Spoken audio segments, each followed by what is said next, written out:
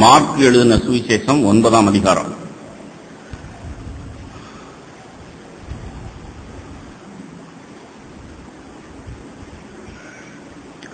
நாற்பத்தி 3ஆம் வசனத்திலிருந்து 50ஆம் வசனம் வரைக்கும் வாசிக்கிறேன். மார்க் எழுதின சுவிசேஷம் 9ஆம் அதிகாரம் 43 உன் கை உனக்கு இடறல் உண்டாக்கினால் அதை தரித்து போடு. நீ 2 கையுடையவனாய் அவியாத அக்கினியுள்ள நரகத்திலே போவதை பார்க்கிலும் ஊனனாய் ஜீவனுக்குள் பிரவேசிப்பது உனக்கு நலமாயிருக்கும். அங்கே அவர்கள் புழு சாவாமலும் அக்கினி அவியாமலும் இருக்கும். உன் கால் உனக்கு இடறல் உண்டாக்கினால் அதை தரித்து போடு.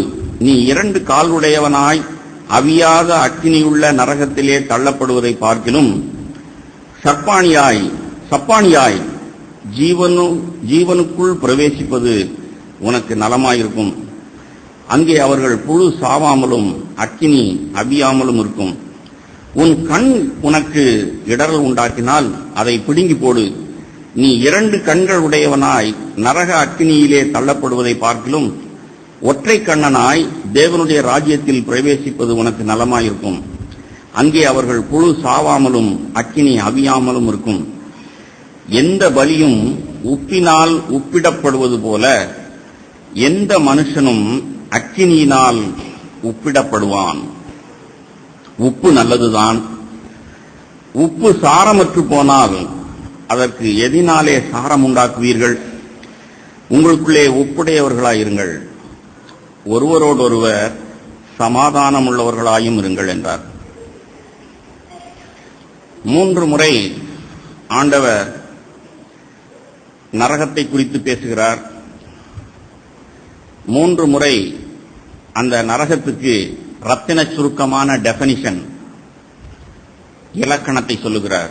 நரகம்னா என்ன அப்படின்னா, அங்க புழு சாகாது, அக்கினி அவியாது. என்னங்கடா, அக்கினியில புழு போட்டா புழு உடனே 1 நிமிஷத்துல செத்து போயிடும். அது நம்ம பார்க்கிற அக்கினி. தேவன் உண்டாக்கின நரக அக்கினி, அங்கே புழு போட்டா அது துடிச்சுக்கிட்டே இருக்கும், சாகவே சாகாது. சரி, அக்கினி அவிஞ்சு புழுவும் செத்து ஒரு முடிவுக்கு வரும்னு காத்துக்கிட்டே இருந்தா அக்கினி அவியவே அவியாது, எரிஞ்சுக்கிட்டே இருக்கும். இயேசுவை விட நரகத்துக்கு விளக்கம் சொல்லுகிற எதையும் ஏற்றுக்கொள்ளாதிருங்கள். வாலிபர்களே, நரகம்னா என்ன அப்படின்னா இதான். 1க்கு 3 முறை அக்கினி அவியாது, புழு சாகாது. ஆகையினால நீ 1 கண்ணு உடையவனா ஜீவனுக்குள்ள இருக்க பாரு. நரகத்துக்கு போயிடாத 2 கண்ணோட, 2 காலோட நரகத்துக்கு போயிடாத. அங்க அக்கினி அவியாது, புழு சாகாது, துடிச்சுக்கிட்டே கிடப்ப. பாவத்தை குறித்து அவ்வளவு தீர்க்கமாய் போதித்தார். போதிச்சுட்டு 49:50 எந்த பலியும் உப்பினால் உப்பிடப்படுவது போல எந்த மனுஷனும் அக்கினியினால் உப்பிடப்படுவான். 2 வார்த்தை, உப்பு, அக்கினி.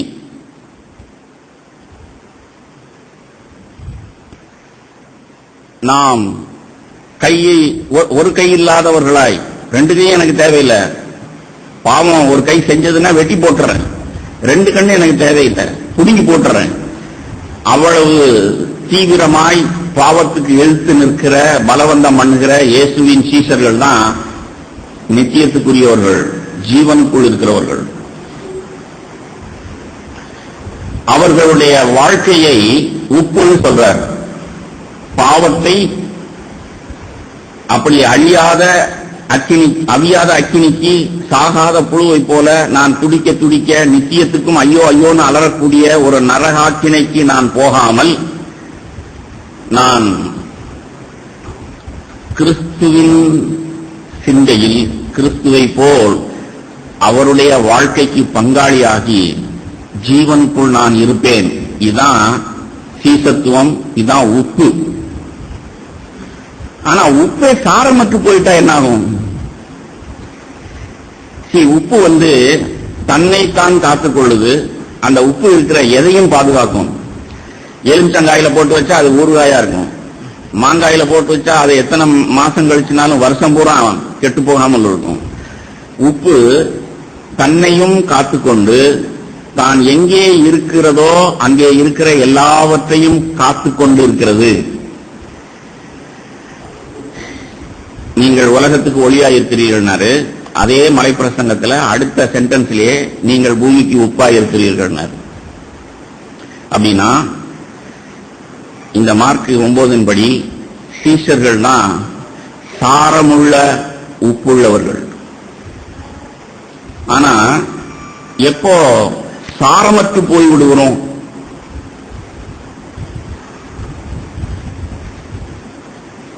நாம் இயேசு பாவத்தை பார்த்தது போல பார்க்கலன்னு சொன்னா, இயேசு நரகத்தை பார்த்தது போல நான் பார்க்கலன்னு சொன்னா, இயேசுவை போல் நான் ஞானமாய் அப்படி பார்க்கலன்னு சொன்னா, நான் இயேசுவின் சீசன் அல்ல, சாரமற்று போன உப்பு. உப்பு கெட்டு போன உப்பு எப்படி இருக்குன்னு எனக்கு தெரியல. சகோதரிகள் வேணா எனக்கு சொல்லுங்க, சொல்லிக் கொடுங்க. கெட்டுப்போன உப்ப என்ன செய்யலாம்?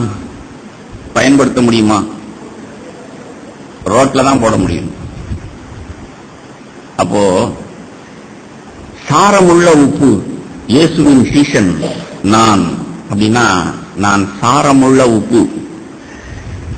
இயேசுவின் சீசன் என்னை நான் ரட்சித்துக் கொண்டு என்னை சுற்றி இருக்கிற எல்லாரையும் ரட்சிக்கக்கூடிய சீசன் தான் சாரமுள்ள உப்பு. அல்லேலூயா. உங்களுக்கு தெரியுமா, கிறிஸ்தவத்துல ஜீவியத்தையும் ஊழியத்தையும் பிரிக்கவே முடியாது. அநேக முட்டாள்கள் நீங்க என்ன ஊழியம் செய்யறீங்க பிரதர் அப்படின்னு கேட்கிறாங்க. ஒரு சகோதரன் நேற்று என்கிட்ட சொன்னார், பாவத்தை இன்னும் ஜெயிக்கல, எனக்கு குற்ற உணர்வு இருக்கு பிரதர், அதான் நெடுகடா இருக்கு, ஊழியத்துக்கு என்ன செய்யறது அப்படின்னா, ஊழியத்தை பத்தியே பேசாதீங்க பிரதர், ஊழியத்துக்கும் உங்களுக்கும் இப்ப சம்பந்தமே இல்லை. நீங்க ஒரு கை உடையவராய், ஒரு கண் உடையவராய், ஒரு கால் உடையவராய் ஜீவனுக்குள் இருக்கிறதா முக்கியம். எத்தனை பேருக்கு இந்த ஞானம் வெளிச்சம் இருக்கு? சாரம் உள்ள உப்பா இருந்தேன்னு சொன்னா ஆட்டோமேட்டிக்கா என் வாழ்க்கையின் மூலமா என்னை சுற்றி இருக்கிற எல்லாரையும் என்னால ரட்சிக்க முடியும். யாரையும் ரட்சிக்க முடியும். பின்னாடி நான் வார்த்தையில உங்களுக்கு உறுதிப்படுத்துறேன். இயேசுவின் சீசன் சொன்னா அவன் ஜீவன் உள்ளவன், இயேசுவின் ஜீவன் உடையவன்.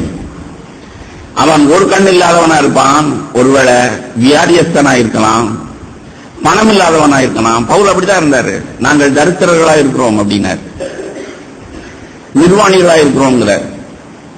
கஷ்டங்கள் வரலாம், ஆனா நான் சாரமுள்ள உப்பு, நான் சுகந்த வாசனை, நான் இருக்கிறது யாருக்கும் தெரியாமல் போகிறாது. ஒண்ணு என்னை சுற்றி இருக்கிறவர்கள் ரட்சிக்கப்படுவாங்க, அப்படி இல்லைன்னு சொன்னா என்னை புடனையை பிடிச்சு வெளியே தள்ளி அவர்கள் நாங்கள் மரணத்துக்கு பாத்திரர்கள் என்று ஊழியம் பண்ணுவார்கள். ஒண்ணு நற்கண்டகமாயிருப்போம், இல்லைன்னா மரண வாசனை உண்டாக்கும். ஆதி திருச்சபையில் இருந்தவர்கள் சீஷர்களாக இருந்தார்கள், அவர்களோடு சேர்ந்து கொள்ள பயப்பட்டார்கள் எழுதியிருக்கு. ஆதி திருச்சபையில பரிசுத்தாவியை பெற்று அக்கினியினால் சாரமேறப்பட்ட சீஷர்கள் அவர்களுடைய நீதி நிமித்தம், அவர்களுடைய வாழ்க்கை தரத்தின் நிமித்தம் அவர்களோடு சேர்ந்து கொள்ள ஜனங்கள் பயப்பட்டார்கள். அதான் சீசத்துவம், சாரமுள்ள உப்பு. அக்கினி என்ன தெரியுமா? 50 வசனம். உப்பு நல்லதுதான், உப்பு சாரமற்று போனால் அதற்கு எதனாலே சாரம் உண்டாக்குவீர்கள்? உங்களுக்குள்ளே உப்புடையவர்களாயிருங்கள், ஒருவரோடொருவர் சமாதானம் உள்ளவர்களாயும் இருங்கள். அப்படின்னா அக்கினி உடையவர்களாய், அந்த 49 இனி ஒன்னா வாசிக்கணும். எந்த மனுஷனும் அக்கினியினால் உப்பிடப்படுவார். அக்கினியையும் உப்பையும் பிரிக்கவே முடியாது, வாழ்க்கையையும் ஊழியத்தையும் பிரிக்கவே முடியாது. நான் எப்படி இருக்கிறேனோ, நான் இயேசுவின் சிந்தையில், இயேசுவின் ஜீவனில் இயேசுவை போல் வாழ்ந்தால் நான் என்னை சுற்றி இருக்கிற மனிதர்களை பாதிக்காமல் இருக்கவே முடியாது, ஊழியம் செய்யாமல் இருக்கவே முடியாது. ஜீவன் இல்லைன்னா ஊழியனும் இல்லை. 2 + 2 4. இயேசுவின் சீசன் அல்ல, சாரம் இல்லாத உப்பு அப்படின்னா அதை வைத்து ஏதாவது ஊழியம் செய்ய முடியுமா? இல்ல, குப்பையில போட்டு காலால் மிதிக்கத்தான் ஆகும். யூஸ்லெஸ். உங்களுடைய கிறிஸ்தவ வாழ்க்கை எப்படி இருக்கிறது? உங்களுடைய சீசத்துவம், நீங்கள் பெற்ற ரட்சிப்பு எப்படி இருக்கிறது? குப்பையில போட்டு காலில் மிதிக்கப்படும்படிக்கு இருக்கிறதா? அல்லது அங்க எவ்வளவு கஷ்டங்கள் இருக்கலாம், தரித்திரம் இருக்கலாம், வியாதி இருக்கலாம், மனிதர்களால் புறக்கணிக்கப்பட்டது இருக்கலாம். என்னவா இருந்தாலும் ஒரு கை இருக்கலாம், இன்னொரு கை இல்லாமல் இருக்கலாம், ஒரு கண்ணனா இருக்கலாம். ஆனா எனக்குள் ஜீவன் இருக்கிறது, சாரமுள்ள உப்பா இருக்கிறேன். நான் என்னை சுற்றி இருக்கிற மனிதர்களை பாதிக்கிறேன். அல்லேலூயா. இதுதான் கிறிஸ்தவம். இதற்கு குறையக்கூடாது, ஒரு இம்மி அளவு கூட குறைய விட மாட்டேன். நான் இந்த சபையில இருக்கிற வரைக்கும் இதுதான் கிறிஸ்தவம். நாசியிலே சுவாசம் இருக்கும் வரைக்கும் இப்படி இயேசுவின் வாழ்க்கையை போதிக்கிறவர்கள் பாக்கியவான்கள். வாலிபர்களை விழித்துக் கொள்ளுங்கள். சபையில் உட்கார்ந்திருக்கிற சீனியர் பிரதர் சிஸ்டர், 20 வருஷமாச்சு, கடகால் தோண்டினதிலிருந்து நான் இருக்கேன் பிரதர் சபையில. விழித்துக் கொள்ளுங்கள். உங்களுடைய வாழ்க்கை எப்படி இருக்கிறது? சாரமுள்ள உப்பா இருக்கிறீர்களா அல்லது சாரமற்று போனீர்களா? ஜீவியத்தையும் ஊழியத்தையும் பிரிக்க முடியாதுன்னு சொன்னேன். பரிசுத்த அப்போஸ்தலர்கள் எல்லாரும் அப்படித்தான் போதிச்சாங்க. இன்னைக்கு தான் நான் கைப்பிரதி கொடுக்கிறேன், நான் சுவிசேஷ ஊழியம் செய்யறேன், நான் அந்த ஊழியம் செய்யறேன், இந்த ஊழியம் செய்யறேன் அப்படின்னு இருக்கிறோம். ஏதாவது ஒரு சபையில இருந்துக்கிறோம். ஒரு சகோதரன் நேற்று வந்தார், ரொம்ப நாளைக்கு பிறகு. ரொம்ப வருஷம் ஆச்சு பிரதர் உங்களை பார்த்து, இப்ப திரும்ப இங்க வந்துட்டீங்களா? ஆமா, விசாரிச்சோம் ஒருவர். ஆண்டவருக்காக ஏதாவது செய்யணும்னு செய்துக்கிட்டு தான் பிரதர் இருக்கிறேன், காணிக்கை சேகரிக்கிறேன், வடநாட்டு ஊழியத்துக்கு பணம் அனுப்புறேன் சொல்லிக்கிட்டே இருந்தார். கேட்டுக்கிட்டே இருந்து அவர்கிட்ட, அவர் தான் ஜெபிப்பார், ஏன்னா ஊழியத்துக்கு வந்திருக்கிறார்ல. தீர்க்கமா அவருக்கு புத்தி சொன்னேன். பிதாவின் சித்தம் செய்கிறவனே என்றென்றைக்கும் நிலைத்திருப்பான். கர்த்தருக்காக எதையாவது ஒன்றை செய்யணும்னு செய்யாதீங்க பிரதர். உங்களுடைய வாழ்க்கை எப்படி இருக்குன்னு பாருங்க, உங்கள் குடும்பம் எப்படி இருக்குன்னு பாருங்க, உங்கள் ஊழியம் எப்படி இருக்குன்னு பாருங்க, எல்லாத்திலையும் பிதாவின் சித்தம் செய்கிறீங்களான்னு பாருங்க. ஏதோ உயிர் இருக்கிறதுனால ஏதாவது ஒன்றை செய்யணும்னு சொல்லி வாழ்க்கையை வேஸ்ட் பண்ணாதீங்க. இப்ப ஜெபம் பண்ணிட்டு போங்கன்னு சொல்லி அனுப்பி வச்சேன். அதோட இல்ல, என்னுடைய சாட்சியையும் சொன்னேன். 35 வருஷம் ஆகுது நான் ரட்சிக்கப்பட்டு. இந்த ஊரை விட்டு 2-3 வருஷம் வெளியே போய் வந்திருக்கிறேன். போன இடத்திலையும் சபைக்கு விட்டுட்டு இருக்கிறேன். இப்பயும் சபையில் இருக்கிறேன். இயேசுவனுடைய ஊழியத்தை, தேவ சித்தத்தை முழு நிச்சயமாய் செய்கிறேன் என்கிற நம்பிக்கை எனக்கு இருக்கிறது. இன்றைக்கு சாகிறதுக்கு தயாரா இருக்கிறேன். இன்னைக்கு சாவு வந்ததுன்னா இயேசுவை போல் எல்லாம் முடிந்ததுன்னு சொல்லி மூச்சை விடுறதுக்கு தயாரா இருக்கிறேன். இதுதான் சீசத்துவம்.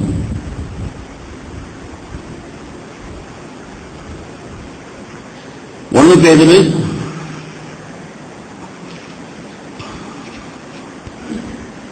ஜீவியத்தையும் ஊழியத்தையும் பிரிக்கவே முடியாது. ஒரு மனுஷன் ஜீவன் உள்ளவனாய் இருந்தால் அவன் ஊழியக்காரனாய் இருக்க முடியும்.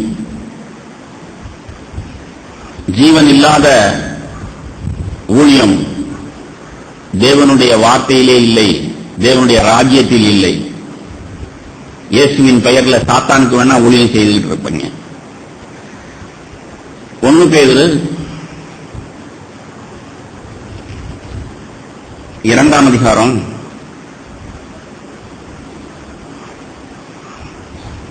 4-5 வசனம் வாசிங்க, எடுத்தவங்க சத்தமா.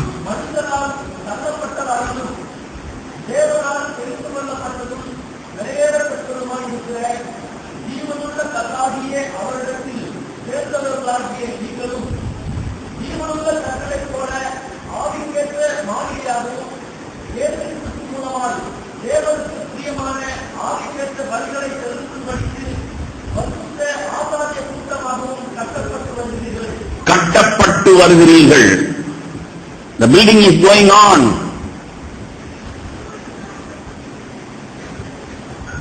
மூலைக்கல் இயேசு கிறிஸ்து, பரிசுத்த அப்போஸ்தலர்கள், தீர்க்கதரிசிகள் அஸ்திபாரம். அதன் மேல் நீங்கள் ஜீவனுள்ள கற்களாய் ஆவிக்கேற்ற மாளிகையாக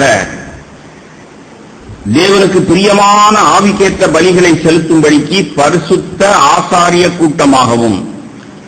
இந்த ஆசாரிய அப்படிங்கிறது தான் பிரச்சனை. அநேகம் பேருக்கு அந்த வார்த்தைக்கு அர்த்தமே தெரியல. நமக்கு ஆசாரி தான் தெரியுது, ஆசாரியம் அப்படின்னா தெரியல. அப்படின்னா என்ன தெரியுமா? இந்த வார்த்தையை எப்படி மொழிபெயர்க்கணும் தெரியுமா? கர்த்தருடைய ஊழியக்காரர், கர்த்தருக்கு ஊழியம் செய்யும்படிக்கு. இன்னும் நேரடியா மொழிபெயர்க்கணும்னா கர்த்தருடைய வேலைக்காரன், வேலை செய்யும்படிக்கு. கர்த்தருக்கு வேலைக்காரர்களாய், பிரயோஜனமான வேலைக்காரர்களாய் வேலை செய்யும்படிக்கு நீங்கள் மூலைக்கல்லாகிய இயேசு கிறிஸ்துவின் மேலும் அப்போஸ்தலர் தீர்க்கதரிசிகளாகிய அஸ்திபாரத்தின் மேலும் இசைவாய் அவர்களுடைய வாழ்க்கையை போல் உங்கள் வாழ்க்கையும் கட்டப்பட்டு வருகிறது. ஆமென். அப்போ சாரமுள்ள ஒரு கிறிஸ்தவன், சாரமுள்ள உப்பாய் இருக்கிற சீஷன், அவனுடைய வாழ்க்கை கட்டப்பட்டு கொண்டு வரணும்.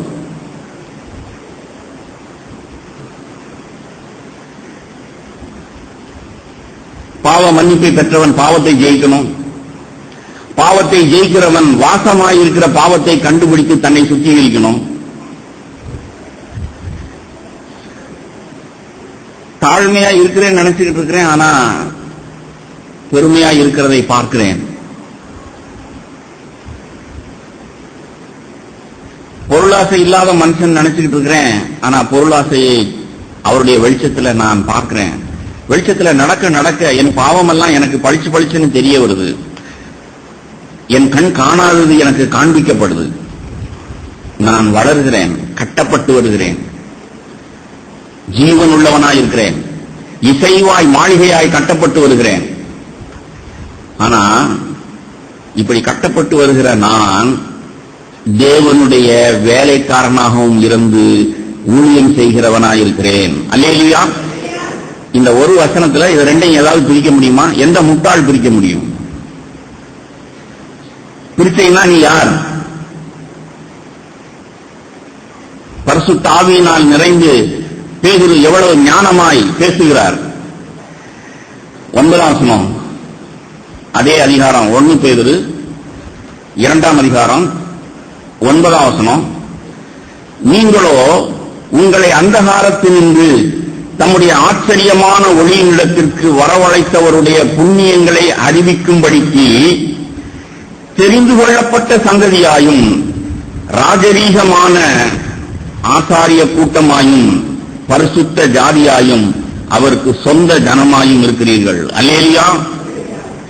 இப்படி இசைவாய் கட்டி இணைக்கப்படுகிற ஒவ்வொரு சீஷனும், சபையில் இசைவாய் கட்டி இணைக்கப்பட்டு கட்டப்பட்டு வருகிற ஒவ்வொரு மனுஷனும், இன்னைக்கு அநேகம் கிறிஸ்தவர்கள் சபையிலேயே இல்லை. நான் சொன்ன மாதிரி எங்களுக்கு சுவிசேஷ ஊழியம் பாரம் இருக்கு, சுவிசேஷ ஊழியத்துக்கு நாங்க போறோம். சரி, உங்க ஊழியத்தின் மூலமாய் ரட்சிக்கப்பட்டவர்கள் எல்லாம் எங்க எப்ப பாத்தீங்களா? 10 வருஷமா சுவிசேஷ ஊழியம் செய்யறீங்களே, எந்தெந்த ஊர்ல இருந்தீங்க? அந்தந்த ஊர்ல இருக்கிறவங்க எல்லாம் எப்படி இருக்காங்கன்னு உங்களுக்கு தெரியுமா? அதெல்லாம் எனக்கு தெரியாது, தெரிய வேண்டிய அவசியமும் இல்லை பிரதர். இயேசுவை பிரசங்கித்தேன், அங்கங்க சபைகள்ல அவங்கள விட்டுட்டு போயிட்டேன், நான் இப்ப ஊழியம் செய்கிறேன். இப்படிப்பட்ட ஊழியம் எல்லாம் வேதத்திலே காணப்படாத ஒன்று. அப்போஸ்தலர் நடவடிக்கைகளை தியானிச்சு பாருங்க. நாம் பிரசங்கித்த ஊர்கள் எல்லாம் சீசர்கள் எப்படி இருக்கிறாங்கன்னு சொல்லி போயிட்டு வந்துகிட்டே இருந்தாங்க, ரவுண்ட் போய்கிட்டே இருந்தாங்க. சுமார் 3 வருஷத்துக்கு முன்னாடி நான் ஏன் இந்த ஊருக்கு வந்தேன்? தகரியா போன என்னை அனுப்புனாரா அல்லது நீங்க லெட்டர் போட்டீங்களா இந்த சபைக்கு வாங்கன்னு சொல்லி? நோய் இருக்கும் இடத்தில் தான் மருத்துவனுக்கு வேலை, இங்க என்ன செய்துகிட்டு இருக்கேன்னு தேவன் ஒரு நாள் என்னை கடிந்து கொண்டார். நீ விட்டு வந்த சபை நோய் பிடிச்சு போயிருக்கு,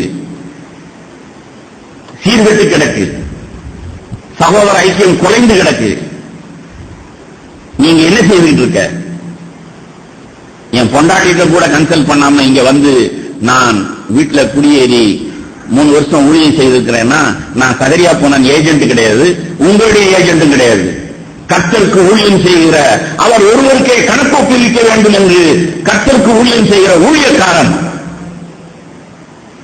நான் கர்த்தருக்கு ஊழியம் செய்கிறேங்கிறது எனக்கு எப்படி தெரியுது? என்னுடைய வாழ்க்கை கட்டப்பட்டு வருகிறது. அல்லேலியா, நான் அல்லேலியா சொல்றேன். டான்ஸ் கூட ஆடணும் போல இருக்கு. அவருடைய சித்தத்தின்படி நான் ஊழியம் செய்கிறதுனால பரிசுத்தமாகுதல் எனக்கு கிடைக்கும் பலன். ஒவ்வொரு வாரமும் உங்களுக்கு முன்பாக நிற்கும் பொழுது நான் குணப்பட்டு உங்க முன்னாடி நிற்கிறேன். என்னை கழுவி சுத்திகரித்து உங்களுக்கு முன்பாக நிற்கிறேன். தேவ சித்தத்தின்படி ஊழியம் செய்கிறேங்கிறது அடையாளம் இதுதான். நான் பரிசுத்தமாகுதல் எனக்கு கிடைக்கும் பலன். தேவனுக்கு அடிமையாய் ஊழியம் செய்கிறேன். முடிவு ஒரு நாள் சாவேன். அப்ப நித்திய ஜீவனிலே ஜீவனுடையவனாய் இயேசுவோடு பிரவேசிப்பேன். இந்த நிச்சயம் உங்களுக்கு இருக்கா? சபையில சில குறைகளை பார்த்து சபையை விட்டு போயிடலான்னு இருக்கேன் பிரதர். போயிட்டு வாங்க. என்னுடைய இம்மிடியட் ரெஸ்பான்ஸ் தான், கையெடுத்து கும்பிட்டு போயிட்டு வாங்க. இயேசு அப்படிதான் இருந்தார். வீட்டிலே இல்லைன்னு சொன்னா எப்படி கட்டப்பட முடியும்? சாப்பாடு சரியில்லைங்கிறதுக்காக வீட்டை விட்டு போறேன்னு தாய் தகப்பனோட கோச்சிட்டு வெளியே போனா பிச்சை எடுத்துக்கிட்டாலே நீ ரோட்ல. ஒருவேளை குறை இருக்கலாம், அம்மா உப்ப கூட போட்டிருக்கலாம் அல்லது குறைச்சி போட்டிருக்கலாம். வீட்டை விட்டு போயிடுவா நீ? இன்றைக்கு அநேகம் கிறிஸ்தவர்கள் சபையில் இல்லாமல் பிச்சைக்காரர்களாய் அலைகிறார்கள். அவர்களுக்கு ஐக்கியம் கிடையாது. உப்பினால் சாரமேற்றப்பட்டவர்களாய் இருங்கள். அதோட என்ன வாசம்? மார்க் 9 கடைசி வசனம், சமாதானமுடையவர்களாய் இருங்கள். உங்களுக்கு தெரியுமா, 35 வருஷம் என்னுடைய அனுபவத்துல நான் தனியாய் இருந்ததே கிடையாது. நன்னிலமா இருக்கட்டும், காரைக்காலா இருக்கட்டும், திருத்துறைப்பூண்டியா இருக்கட்டும், பெருங்குலையா இருக்கட்டும், இப்ப பாண்டிச்சேரியா இருக்கட்டும், சாகிற வரைக்கும் நான் கிறிஸ்துவுக்குள் ஜீவனுடையவனாய் அவருடைய சபையிலே இருப்பேன். சபையில 1000 பேர் இல்லைன்னாலும் 5 பேர் இருந்தாலும் வலதுபுறமும் இடதுபுறமும் நான் விழுகாதபடிக்கு என்னை கையை உயர்த்தி பிடிக்கிற சகோதரத்துவம் எனக்கு உண்டு. அல்லேலூயா. இதான் ஊழியம். இசைவாய் மாளிகை கட்டப்படணும், சமாதானம் இருக்கணும். என் மனைவியோடு சமாதானத்தை காத்துக்கொள்ள தெரியலன்னு சொன்னா இந்த சபைக்கு உள்ளே நுழைய மாட்டேன். நான்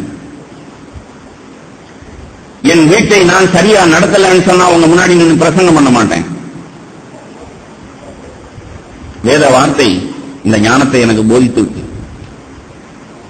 உங்களுக்கு தெரியுமா, நாம் ஆவிக்குரியவர்களாய் இருந்தோம்னா, உப்புள்ள மனிதர்களாய் சீசர்களாய் இருந்தோம் சொன்னா, நாம் நம்மை சுற்றி இருக்கிற குடும்பத்தை, சபையை, உற்றார் உறவினர்களை, வேலை ஸ்தலத்துல நாம் பாதிக்காமல் இருக்கவே முடியாது.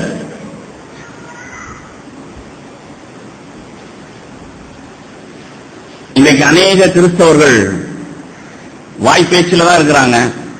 அவர்களுடைய வாழ்க்கையில சாட்சி இல்ல.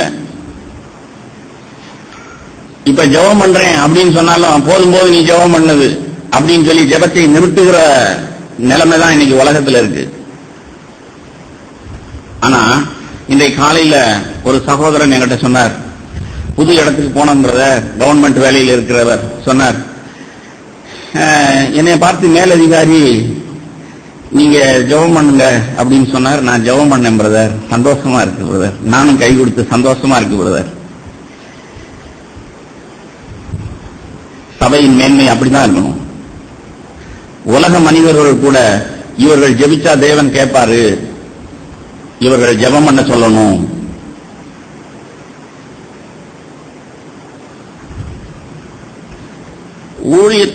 ஜீவியத்தையும் ஊழியத்தையும் பிரிக்கவே முடியாது. நான் ஜீவித்தா தேவன் எனக்கு கொடுத்த ஊழியத்தை செய்து கொண்டே இருப்பேன். இன்னைக்கு அநேகம் பேர் நீங்கள் ஊழியம் செய்யாமல் சுயநலக்காரர்களாய் இருக்கிறீங்கன்னா அதற்கு காரணம் நீங்கள் உங்களை சுத்திகரிக்கல.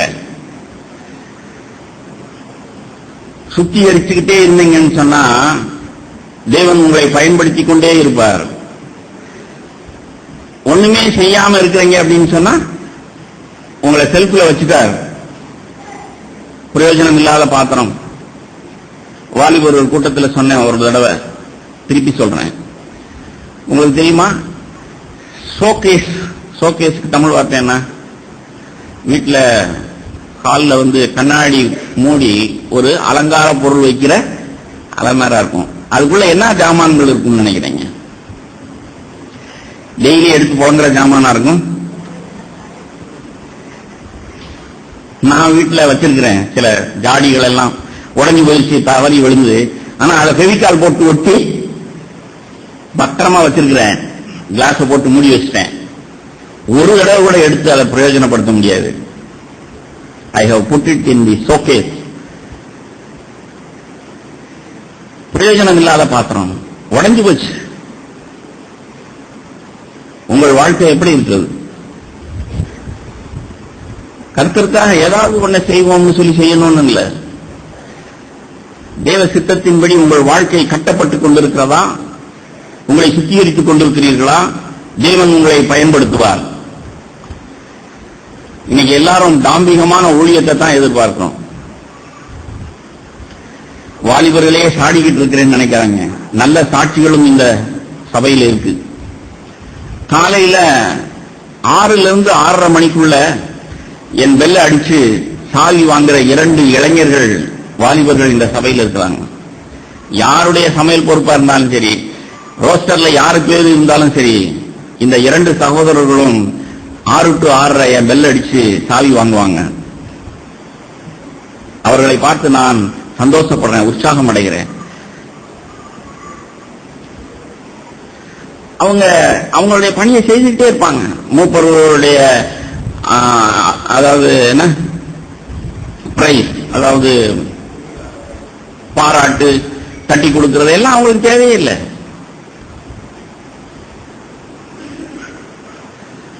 யாரா இருந்தாலும், நீங்கள் யாரா இருந்தாலும் உங்கள் வாழ்க்கையை நீங்கள் சுத்திகரிப்பீர்கள் என்று சொன்னால் உங்களுடைய ஊழியம் ஏதாவது ஒரு விதத்தில் பிரயோஜனமாய் மற்றவர்களை ஆசீர்வதித்துக் கொண்டே இருக்கும். என்னை மாதிரி 1 மணி நேரம் பிரசங்கம் பண்ணணும்னு அவசியம் கிடையாது. போன புதன்கிழமை கூட்டத்தில் சொன்னேன், சகோதரிகள் 2 பேர் தான் இருந்தாங்க. ஆனா இங்க இப்ப 3/4 பேர் உட்கார்ந்து இருக்கிறீங்க. சவால், எல்லாரும் கற்று தேரும்படிக்கு எல்லாரும் தீர்க்க தரிசனம் உடையவர்களா இருக்க வேண்டும், தீர்க்க தரிசனம் சொல்லுகிறவர்களா இருக்க வேண்டும். பவுல் புத்தி சொல்லுகிறார் சபையினுடைய மேன்மையை. அப்பதான் முகங்கொப்புற விழுந்து தேவன் உங்கள் மத்தியில் இருக்கிறார். அப்போ 3/4 பேர் ஸ்திரீகள் தான் உட்கார்ந்து இருக்கிறாங்க, 1/4 பேர் தான் சகோதரர்கள் உட்கார்ந்து இருக்கிறாங்க. எத்தனை சகோதரிகள் நீங்கள் ஜெபம் பண்ணுகிற போதாவது, தீர்க்க தரிசனம் உரைக்கிற போதாவது அப்படின்னு முக்காடு எழும்போது 1 Corinthians 11 எழுதிய வார்த்தையின்படி எல்லாரும் நேர்த்தியா முக்காடு போட்டிருக்கிறீங்க. ஆனா எத்தனை பேர் நீங்கள் தீர்க்க தரிசனம் உரைக்கிறவர்களா இருக்கிறீர்கள்?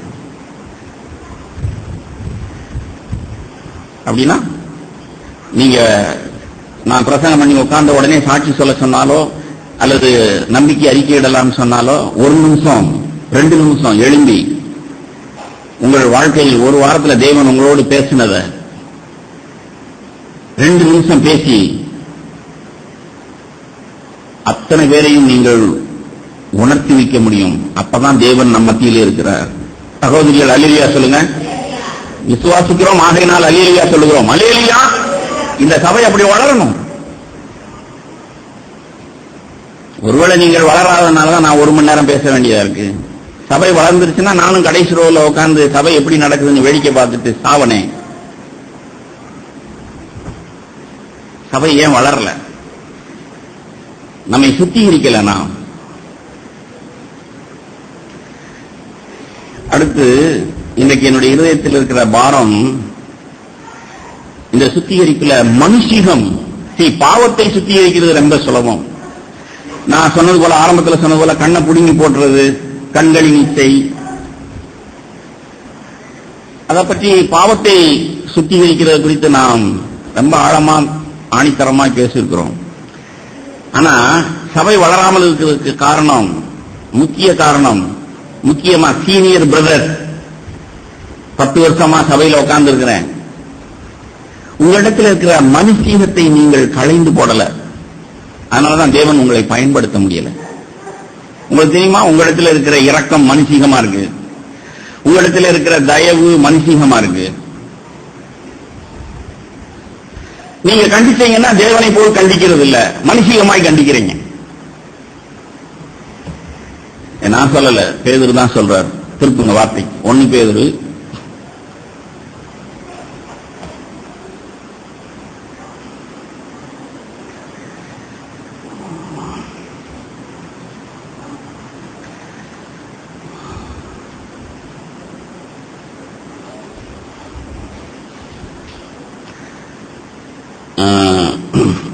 1 பேதுரு 1ஆம் அதிகாரம் 22ஆம் வசனம்.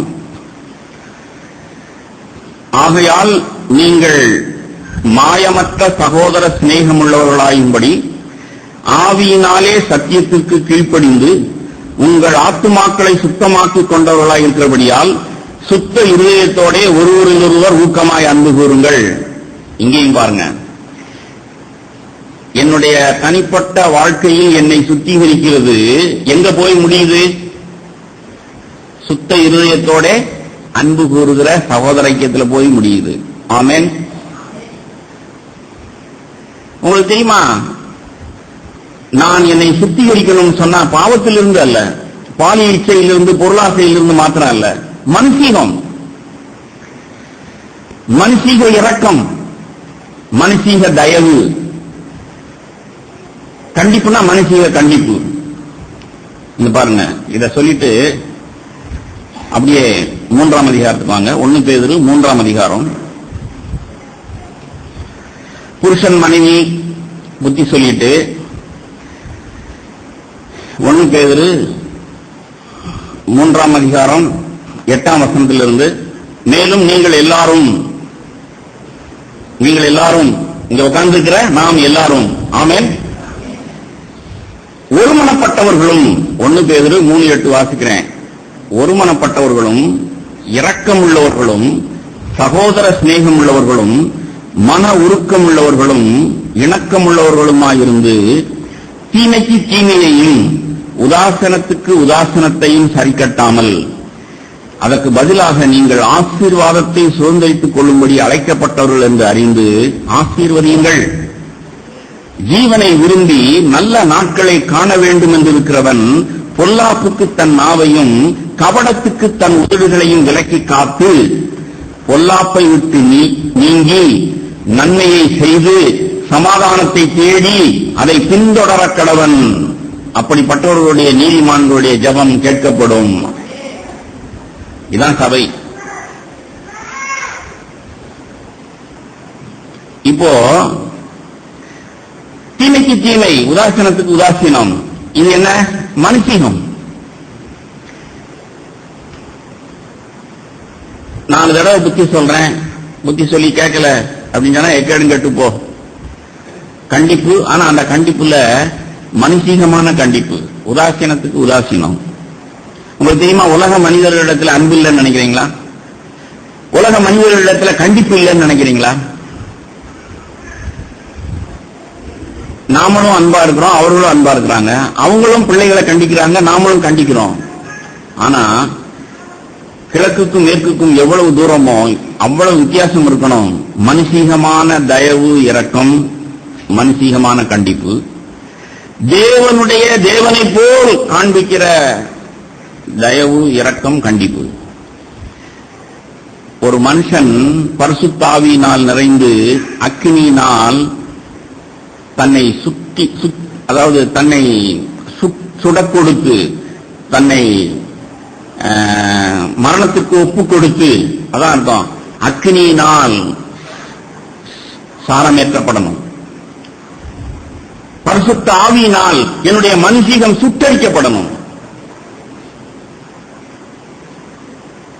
என்னிடத்துல எந்த மனுஷீகமான இரக்கம் தயவு இருக்கக்கூடாது, தெய்வீகமான இரக்கம் தான் இருக்கணும். அதே போல கண்டிப்பு இருந்ததுன்னா மனுஷீகமா இருக்கக்கூடாது, தெய்வீகமா தான் இருக்கணும், இயேசுவை போல் தான் இருக்கணும். அது நமக்கு தெரியலன்னா என்ன அர்த்தம்? நேற்று ஒரு பிரசங்கம் கேட்டேன், சகரியா போனேன் நெட்ல போய். எல்லாத்தையும் நஷ்டமும் குப்பைன்னு விட்டவங்க தான் they can experience the life of Jesus in a deeper way. அதாவது பவுலை போல அந்த வார்த்தையை உங்களுக்கு காண்பிக்கிறேன். பிலிப்பியருக்கு எழுதின நிருபம்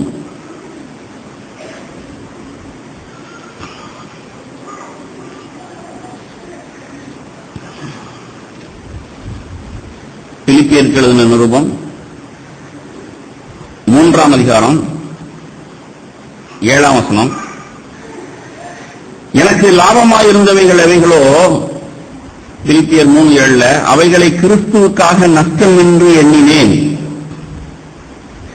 அது மாத்திரமல்ல, என் கர்த்தராகிய கிறிஸ்து இயேசுவை அறிகிற அறிவின் மேன்மைக்காக எல்லாவற்றையும் சொன்னா, இங்கே பாவம் அதுக்கு இடமே இல்லை. பாவத்தை விட்டொழிக்கிறது அது எப்பயோ பவுல் செஞ்சு முடிச்சிட்டார். எல்லாவற்றையும் சொன்னா, என்னுடைய சுய நீதி நியாயப்பிரமாணத்தை கை கொள்ளுகிறதுனால் வருகிற அப்பழுக்கற்றவன், he is a blameless man. Pavul பெற்ற சாட்சி. பரிசேயர்களில் பரிசேயர் நான். மிக உன்னதமாய் நியாயப்பிரமாணத்தை கை கொள்ளுகிற பரிசேயர்களே, நான் நியாயப்பிரமாணத்தை கை கொள்ளாதவன் என்று ஒன்றிலே நீங்கள் என்னை குற்றம் சாட்ட முடியுமா? அந்த நீதியை அவர் குப்பைன்னு விட்டார். அதே போல நம்மிடத்தில் இருக்கிற மனுஷீக நல்ல குணங்கள், உங்களுக்கு தெரியுமா? மனுஷீகமாய் நல்ல குணங்கள் நம்மிடத்தில் இருக்கு. பிறவியிலேயே உள்ள நல்ல குணங்கள்.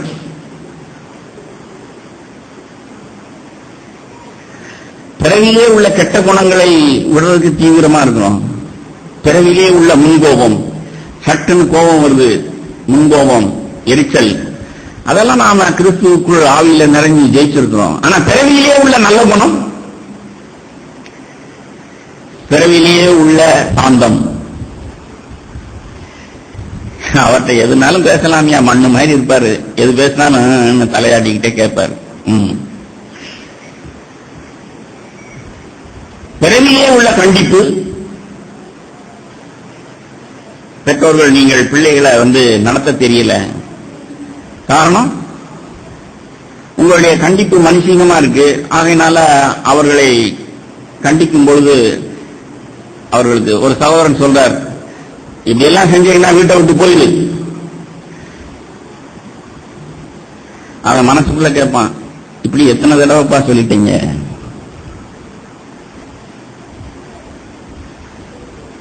அப்போ நம்முடைய கண்டிப்பு.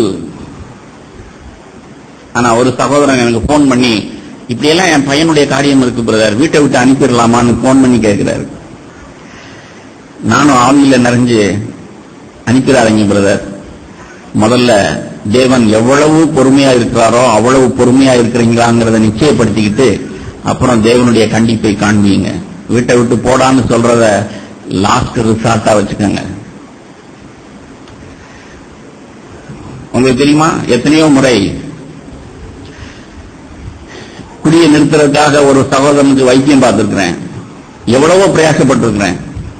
ஆனா அந்த மனுஷன் திருப்பி குடிக்கிறார் அப்படின்னு கேள்விப்பட்ட உடனே என் மாம்சம் என்ன சொல்லிச்சு தெரியுமா? போதுமான அளவு தயவு காண்பிச்சாச்சு. நேரா போய் சப்பு சப்புன்னு கன்னத்துல அரைஞ்சு சபைக்கு வராதுன்னு சொல்லிட்டு வா அப்படிங்கிற வீராப்புலதான் நான் பேண்ட் சட்டையை மாட்டுறேன்.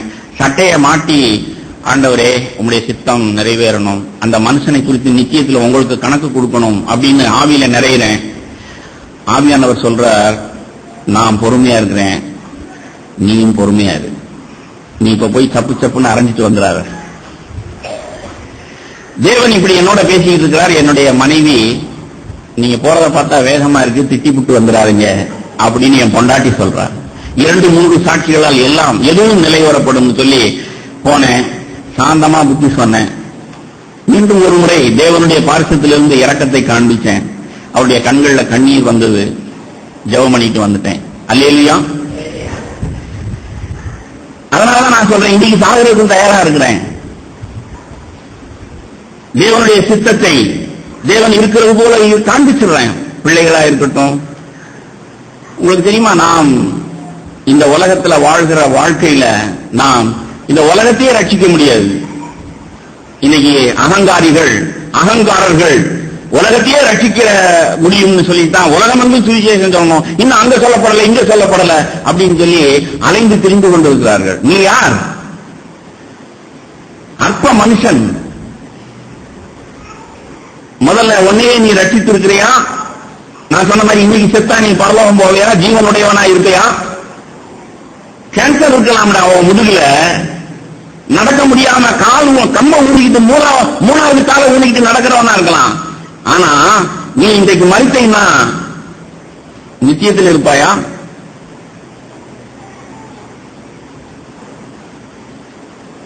ஒரு சகோதரன் சொல்றார், நம்ம சபையில வந்து சோமளிக்கும் வரமே இல்லையா பிரதர், ஒரு குறையா இருக்கு பிரதர்.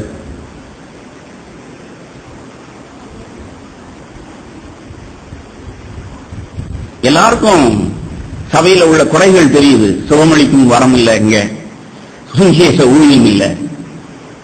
நீங்களெல்லாம் யார்? இசைவாய் கட்டப்பட்டு வருகிறீர்களா? எனக்கு எந்த குற்ற உணர்வும் இல்லை. நான் நிச்சயமுடையவனாயிருக்கிறேன். நான் சாதாரண ஒரு மனுஷன். சைரமாகிய சபையில ஒரு புழு மாதிரி, ஒரு பூச்சி. I play a very very very small part. தேவன் என்னை எதற்காக ரட்சித்தாரோ அதை நான் செய்து கொண்டிருக்கிறேன். இயற்கையான என்னுடைய ஜெபம் அட்லீஸ்ட் ஒரு நாள்ல ஒரு தடவையாவது, ஆண்டவரே என்னை உண்டாக்குன நோக்கத்தை நிறைவேற்றுங்க, என்னை ரட்சித்த நோக்கத்தை நிறைவேற்றுங்க, என் ஆவி ஆத்மா சரீரத்தை ஒப்புக் கொடுக்கிறேன். ஒன்னு படுக்க போகும்போது சொல்றேன், இல்ல நான் எழுந்து சொல்றேன். என்னை எதற்காக உண்டாக்குனாரோ, சிருஷ்டித்தாரோ, எதற்காக ரட்சித்தாரோ அதை செவ்வையா செய்துகிட்டே இருக்கிறேன். யாருக்காவது ஒருவருக்கு ஆசீர்வாதமா இருந்து கொண்டே இருக்கிறேன். வீட்டில இருந்தா, வேலை ஸ்தலத்தில் இருந்தா.